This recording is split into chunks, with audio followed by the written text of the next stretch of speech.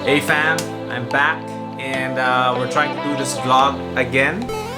What's new is I'm growing a mustache. Tawag nila dito ay handlebar mustache. It's harder to maintain than it looks. One, because everyone's wearing mask now. Every time I fix it, pag nagsuot ako ng mask, sira na siya. So I'm still thinking if I should shave it off or continue to grow it. But today it's not about the mustache, but it's about this package that I got. Okay, I bought this last March and it took a while kasi nag ECQ and then GCQ and then I just got this a few days ago. I bought this from Soul Academy and this, I guess this video is an unboxing and also a very quick review. Let's try to open this up.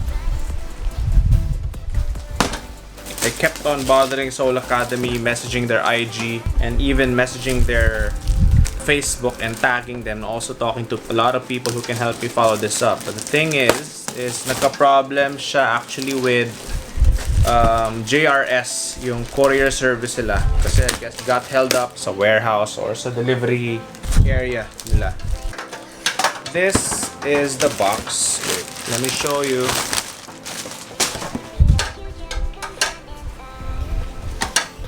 This is the box.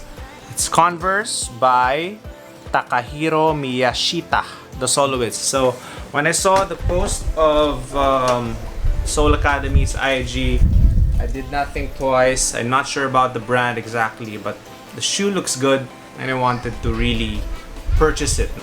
It's the box that is black. Medyo may damage because of handling ng JRS.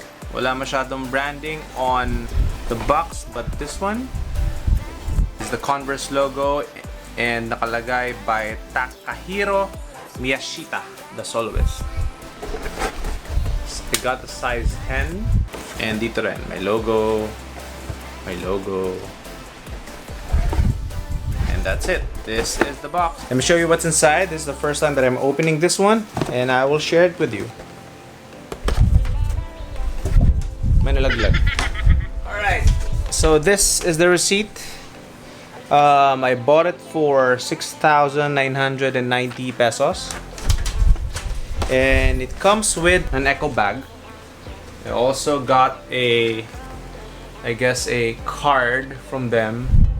Hi Mr. Soon, thank you for choosing Soul Academy Online. We hope you are safe and great health. Take care against COVID-19. In gratitude, your Soul Academy family. Shella. So, thank you, Shella. Alright, so this shoe, in-order ko siya nung March. Pero nag-ECQ, nag-MECQ, tapos ngayon GCQ. Nakuha ko lang siya a few days ago. So, it took me more than March. So, mga 2.5 months. No? Nakakasabik din. I waited so long for this. Wanted to get it and secure it and I guess share with you guys then what I purchased. Pero I guess it's better na rin now, right now na people can go out and go to work. I guess there's a better opportunity or better chance for me to wear this shoe.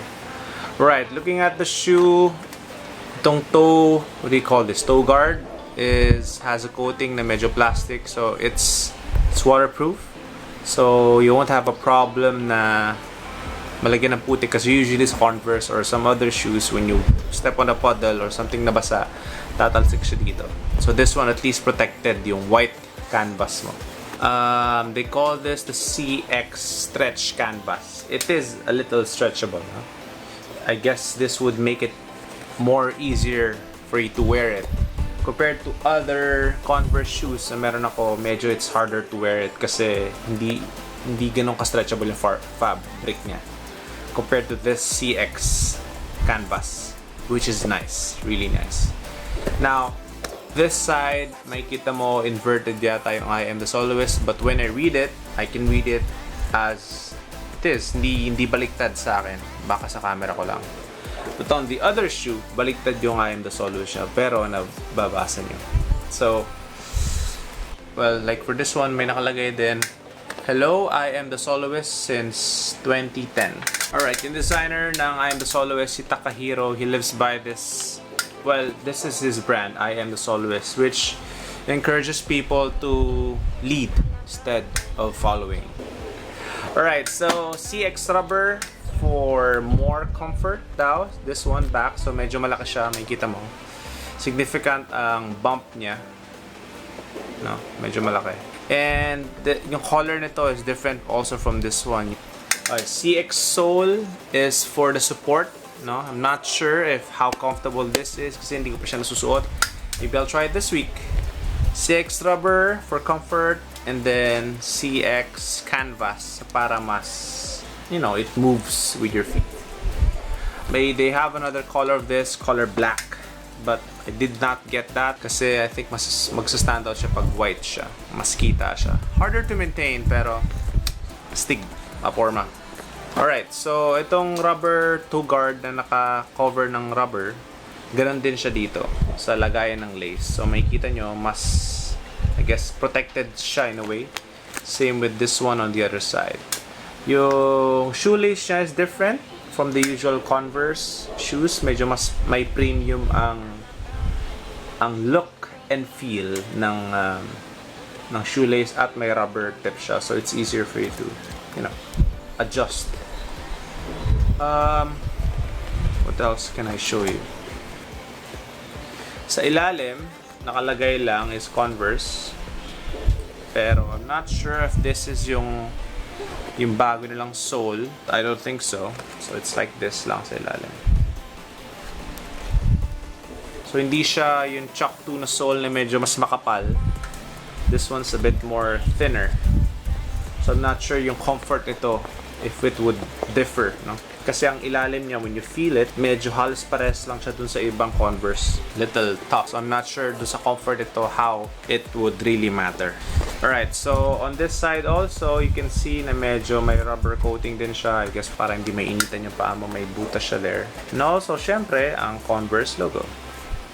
I think that's the whole shoe. Wala na siya masyado. Oh, dito sa ilalim, you can see na medyo mas may solid part siya dito.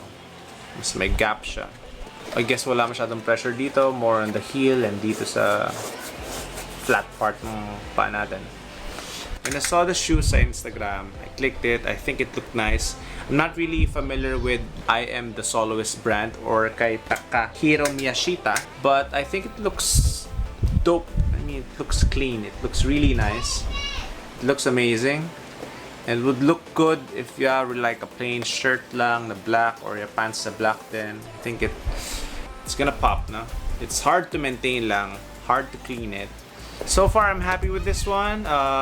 Hopefully, I get to shoot photos and maybe some videos. Alright, so sa kabilang sole pala is nakalagay CX. Well, CX is the brand ng, they say it's a for comfort technology ng, I guess, I am TheSoloist. But I'll get to share more information on this sa blog ko, mixofereverything.net. Hope you guys can visit. One click lang, I'll share it with the details down below. I don't think you can buy this pa because it's currently out of stock sa site ng Soul Academy. And I think they're the only ones selling. Alright guys, that is a quick unboxing of the Converse TheSoloist All-Star Disrupt CX. I'd love to share more videos to you guys, and if you like this, please let me know down in the comment section, and feel free to subscribe. It will really help out the channel. Give a thumbs up if you like it, and I guess I'll see you guys in the next one. Alright, peace. Naisip ko lang, if you're going to ship shoes with a box like this, it's medyo mahal siya. Sana nilagay din na Soul Academy sa isa pang box, no? Para hindi naman sana na damage sa handling like this. Diba? Yun lang, comment ko lang sa Soul Academy para hindi naman nasisira yung box like this. Doesn't look nice, and I usually keep my shoes dun sa box that it comes with, and this one is not that pleasing. Yun lang yung comment ko. And I guess yung shipping. Alright, so that's it.